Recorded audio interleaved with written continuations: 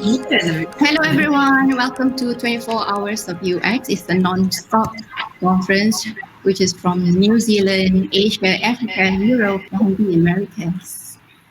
So we actually believe that the local communities brings impactful values to the global world, and that's why we are here today. So this is our third hour. Right now we are in our number 3, so there will be like 20 talks in 2 tracks at this conference. There are 2 categories. First is the UX in practice, which is more practical, and the second one is on elevating UX, more on the strategic portions. So we're gonna have like 6 keynotes and 8 workshops. So you're gonna have a lot of fun today. Today with me, we have UX Copenhagen, Helle. Unfortunately, I lost you again. No. Oh, no. We're right here. Yeah. I don't see you in the screen. Can you, I think... I can hear you. Can you hear us? I can hear you very well, but I can see you. We're struggling with some connections. We're trying a different one. Okay, never mind. Just try, check on it. Yeah. But that's fine. So just an introduction, a little bit of introduction for our speakers today. So we have Helle, Martens, and also Lone. Can you see that? Okay, now I can see you. You're back. Okay. Turn the video on and back up. Right. So a little bit introduction of Helle. So that's her earlier educations. It's called Noor Gymnasium. And she has a background from the mechanical engineering. She is also a professional usability and UX member. That is from the International Usability and UX Board. So Helle believes that there is a gap in between industry and university, which I actually believe in as well. So she built up a lab to create a bridge to close that gaps. And in 2014, she actually came up with this UX Copenhagen conference. Okay, now we have Lone. I think she has a mark of her face, which is better. Look. I can do that one instead. Yeah, there you go. So this is what we do in UX, right? So Lone believes that users should be involved in any digital transformation, digital initiatives from the very beginnings. And I know it's not it's not a simple task, but we would love to hear from her. And also she created this fake door pre-prototyping, which is very interesting. But I didn't create it. I use it a lot. Okay. Although Victoria from San Francisco has created it. Very talented. Yeah. Right. So it's my first time hearing that. So that is very interesting. And to those who just joined this session, we actually advise you to interact a lot using the emojis icon at the bottom. And also, if you want to see the subtitle, you can click on CC. I do not recommend you to click on the hand gesture button because that will bring you up to the main stage, unless you really want to be on the main stage with our speakers today. Right? So on the right-hand side, there will be a chat tab, Q&A tab, and also polls. So those are the tabs that you can actually ring around, explore, and use that for the interactions.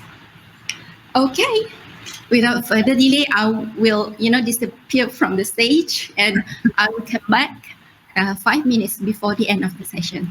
Good luck. Thanks so much, Idiawati. See you later. See you later. Yeah. Hi, everybody. Thanks so much for being here. 102 people. Wow. Hi, everybody. My name is Helle Martens. I am in Copenhagen, Denmark. I am the founder of the UX Copenhagen conference and also of Denmark's very first UX meetup called UX Forum Copenhagen. With me today is Ørum. Lone helped me create the 2021 conference, this year's conference, and is also going to be part of creating the 2022 conference because we work really well together, and it's awesome. Lone, you want to introduce yourself? Yeah, hi everybody. I'm a UX designer as well as a lot of you all are, and also a design thinker, and I'm a visual thinker and a prototyper, hence to what just been presented. Yeah. So today we'd like to invite you all to an open discussion about the subject, which is the subject for UX Copenhagen 2022. It's creating a culture change. So Lone and I have very lengthy discussions about all sorts of things, especially about UX. And and so we started talking about what can we do to change a culture or to change things with the powers of UX, basically. Mm-hmm. Another thing is that I've held 7 conferences so far, and on pretty much each of them, I'm still hearing every single year that UXers and designers don't feel like they have a mandate, they don't have a seat at the table when it comes to decision-making in UX. And we wanted to know, why is that? Mm-hmm. So that's basically why it became the theme for UX 2022. And please feel free, everybody, to ask questions. We have the chat open. There's also the Q&A. And although we only have 30 minutes today, we can stay on afterwards. We'd love to have a long discussion with you. So back to the subject is why is it that UXers don't feel like they have a seat at the table when it comes to decision making? So I started working in 1997, back in the dark ages, right? Me too. Before UX was a thing. Yeah. So we didn't have the terminology, we didn't have the methodologies, and we didn't have the tools. So it makes sense. Back then you had basically UI and front end, you had the architect, maybe somebody who knew about human-computer interaction. No. Right? No. No. We had at Nokia, the second job I had, or third, there was a psychologist. So that was kind of, Yeah, you're right. Yeah. So that was kind of, the beginnings. Then it started evolving into, including personas and interaction design, behavioral science, behavioral design, that kind of thing. So, today we do have the tools and the methodologies and the lingo, or the words and the ROI of UX and all of this. So why is it still an issue? We'd love to hear your comments. Please go ahead. Yeah. So why is UX still not valued? You don't see developers, having to fight for their right to be there, or anyone in HR or in marketing, right? So why is it that UXers do? Right? Yeah, and that makes me think that is it because it's such a new area of where especially programmers has been there for a long time, and maybe a stronger place in the corporations, and the IT department often is quite heavily in different kinds of companies, of course. And where do the UX fit in? Is that from in the technical department? Is it in marketing? Is it in product development? Where are you? So I think that could be one of the issues why maybe it's taken so long to be at the table. Yes. I've been very lucky to be places where I have been at the table, but there is, as we all still struggling being at that table. Yeah. I mean, I've been part of decision making, but it's also still at the same time, UX has been a big buzzword in upper management. And then as soon as you get to the PMs, they're like, oh, never mind, I have my lead developer and that's fine for me. And this is kind of still going on, which is sad. So that was about value. And I see there's a couple of questions in the chat, in the Q&A, which is great. So please keep them coming, and we'll take them up afterwards. Another aspect of culture change we'd very much like to talk about is employee experience, and what can we as UXers do to influence this? Because both of us have experience being fired or laid off. Call it what you want. Don't know if it makes a difference, at least in the feeling you get. From the user perspective. From the user perspective. More feels like a firing than a laid off. Yes. Yeah, often. So we had this lengthy discussion about, being fired and feeling worthless, even though we have, 20 years of experience in the field now, and how easy it could have been for the company to make it an easy experience, and how good it would have been for the company to make it a good experience for us. Because what does it leave with? If you fire somebody that hasn't been doing something criminal or stealing from the company, if you fire them in a bad way, I mean, what happens? They're going to talk badly about your company for the rest of their lives. It's 2021, but still, believe me, word of mouth still has huge impact, right? So we were starting to think, what else could you do in a company culture, and how could we use UX tools to kind of change that? So, it goes all the way from job ads. What are you saying about your company when you're posting a job ad? What are you doing when you're recruiting people? How's your onboarding process? What are you doing to retain people? Are you keeping the promises that you wrote in the job ad? Jump in anytime. Well, I'm sorry, I'm laughing at that because especially that one is quite interesting. I've heard a lot about that. That was at the coffee machine saying that I was actually hired for something else, or I thought I was hired for something else. Yeah. I don't know how that's not taken seriously. Are we tend to stay a place to see if it's get better? Is that maybe in this area of the field of professional, are we more empathetic towards there might be a change, or how come is that? I find that very interesting, and especially with the laid off or firing process, I find that quite interesting to take a deeper look at, to see if companies actually have one tool to do that job, or do they have several tools to fire somebody who've stolen from the company, at firing somebody because there isn't any work anymore. COVID-19. I find that quite interesting. Yeah. And companies usually have strategies for all sorts of other things, like if there's an illness, or if you lose a family member, or other major life-changing events. Mm-hmm. And being fired is a huge life-changing event. And especially when you mention COVID, because that must have been, for managing out there, a really stressful period of time, and making those decisions, that must have been a system one decision. You didn't have time to sit down and think using all your system two tools. So I think that's something to add to the tools out there in cases of crisis. Now we have all experienced those, to have those in the tools. If a crisis happens, take this envelope and do what it says. And if you're in a system too, you have, of course, more time to consider how to get rid of people. Yeah.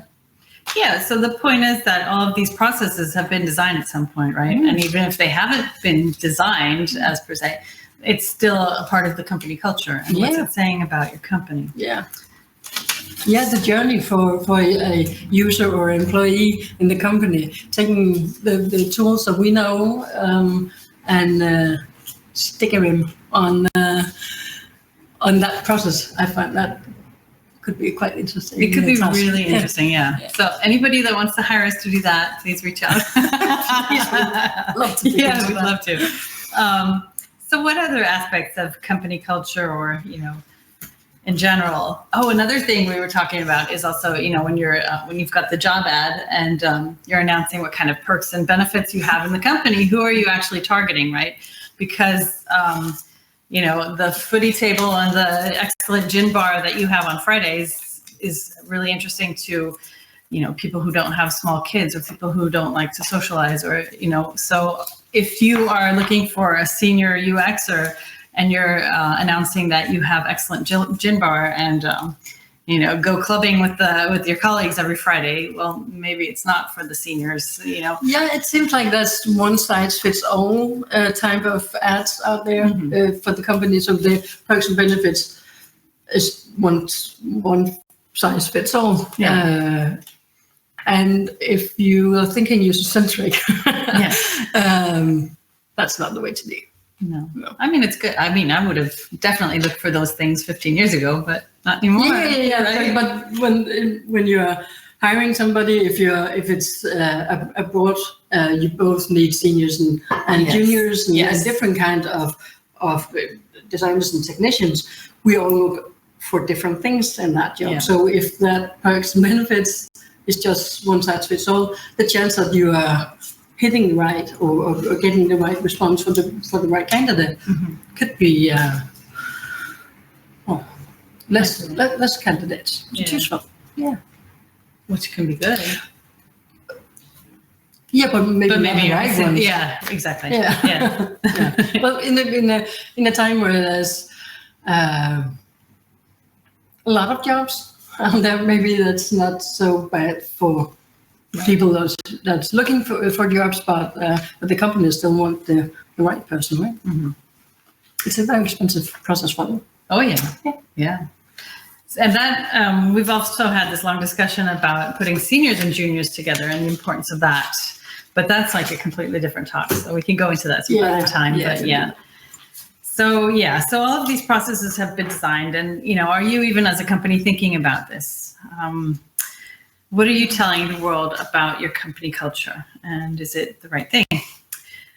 So we touched upon it with targeting your groups and your ads and all that. Are you potentially ruling out? Bless you. Are you potentially ruling out specific groups or segments? And that's really important to talk about. And we need to talk more about all these isms and biases and privilege. Racism is huge, even in the job process, and needs to not be there.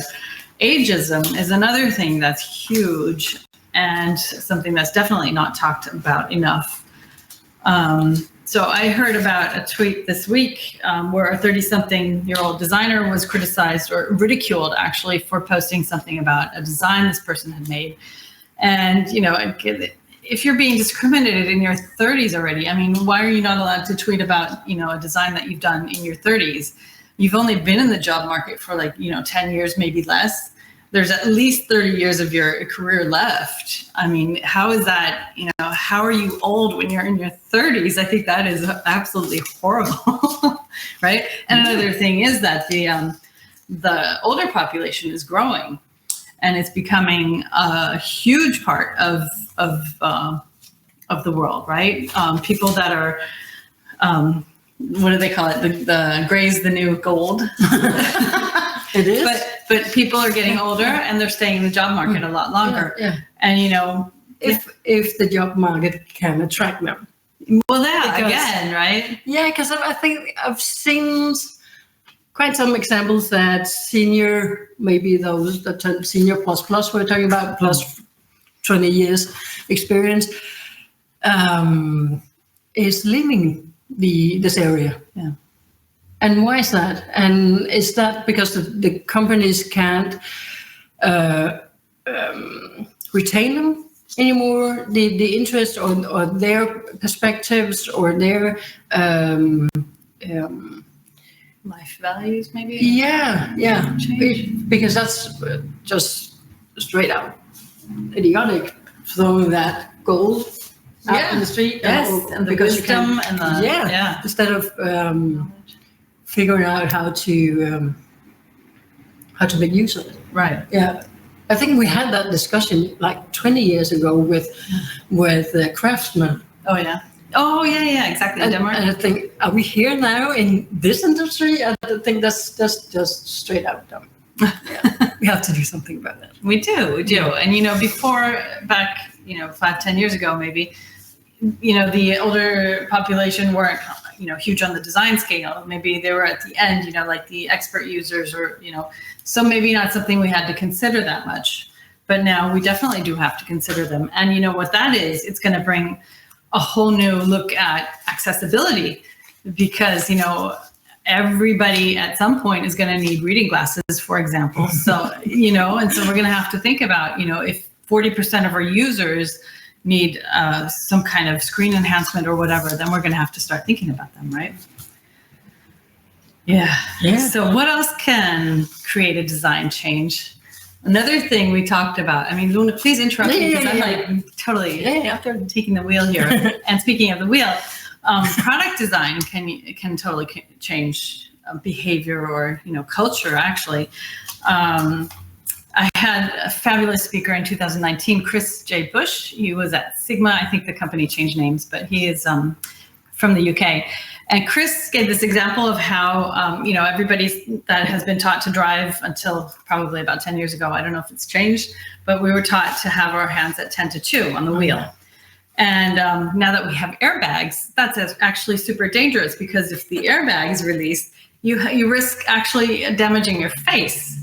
So researchers found out that we have to move the hands down. So what did they do? They put buttons and gadgets on the middle of the wheel, so that you automatically start fiddling with those when you're driving. And then if the airbag is released, then your hands move away from your face. I thought that was really interesting. It made me think, that's a total culture change, or at least behavior change, right? And I think that's culture change, or specifically, from my point of view, the user-centric way to develop products. I think we see some struggle with that change in corporations, and that got me thinking. I'm having struggle. Well, I live and breathe user-centric, and that's so normal for me. That's my way of thinking. But the ones that in the company that needs to change is totally different. Yeah. So I thought, if I were walking in their shoes, I would be scared as hell. If I was going to work like they're now, I don't know what I'd do. I might quit my job. Right. I think that's actually such a powerful change that we are dragging on top of corporations, that we should think of that more carefully, what we're actually doing to those people that have a new or longer career in something that the way that their specialties. And we are imposing a totally different way of working, and that could be scary as well. Oh yeah. So taking that, looking at those users, we need to shift what is there. We'll do the empathy mapping. Where are they scared? I bet I'll be scared at most of the process. So I think it's taken too lightly, actually, the change or the approach. And I think where corporations do that in smaller areas, or even taking an area out of the company, doing that on their own, and showing the examples and showing the successes, is much more humane for that change. Baby steps, right? Yeah, because people don't like change. No, and when it's such a fundamental thing, I think we should really be careful what you're doing to other people. I would be out of there if I was over a coffee stand or something. Nothing wrong with that. So what else?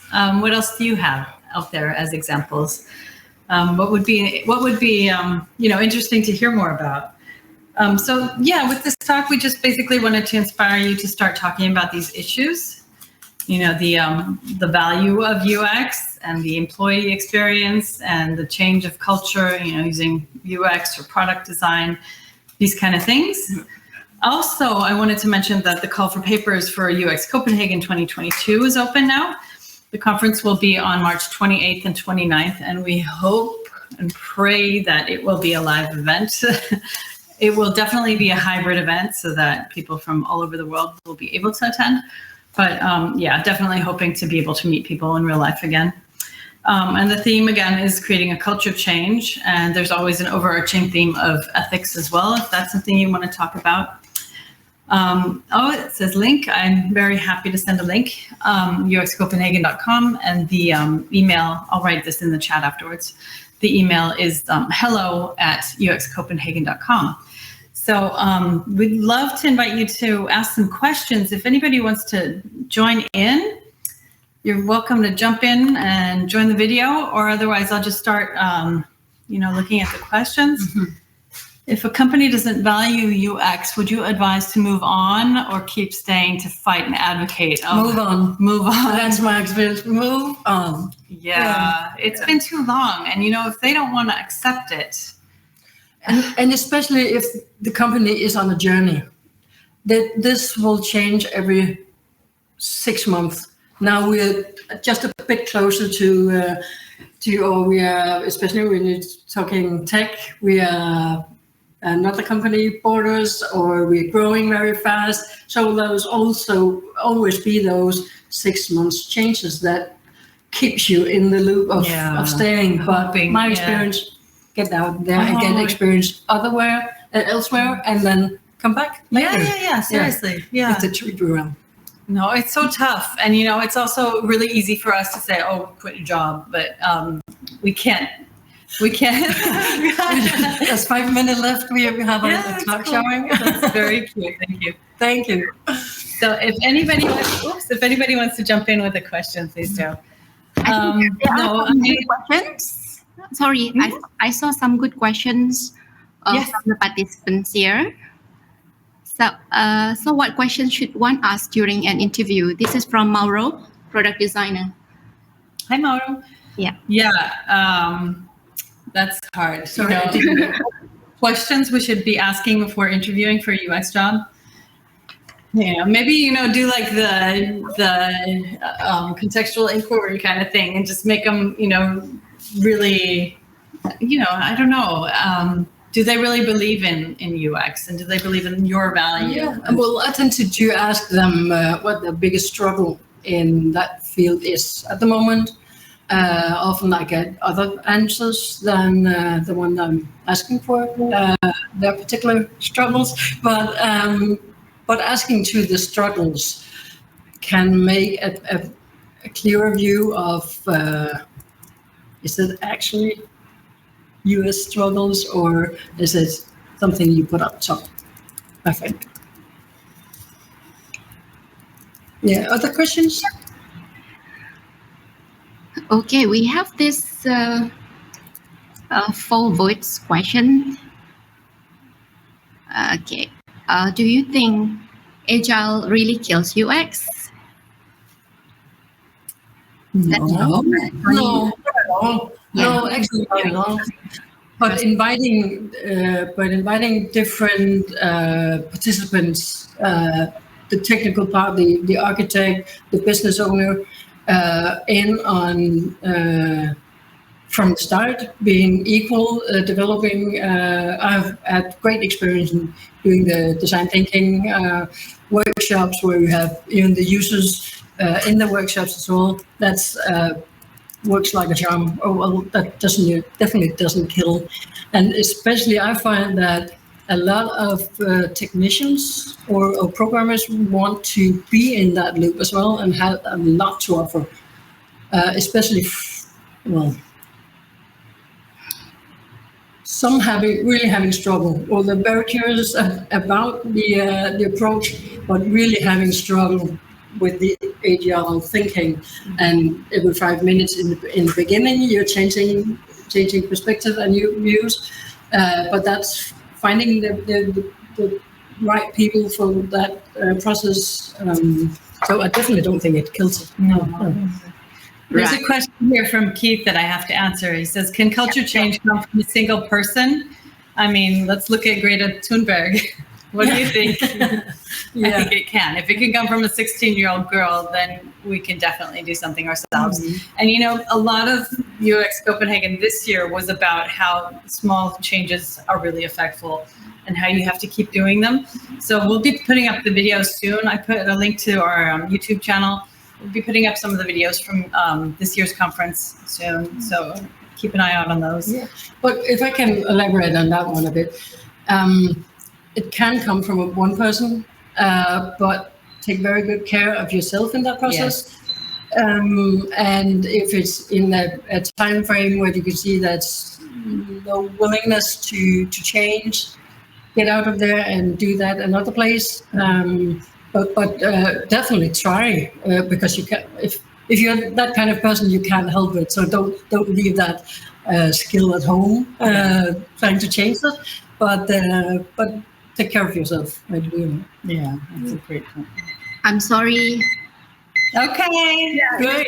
Time is up, but we have really interesting questions. For those who wanted some answers, you can directly go to lounge, and you can meet Ellie and Looney there and ask questions, because you've got a very, very valid questions, and I also wanted to know the answers from them.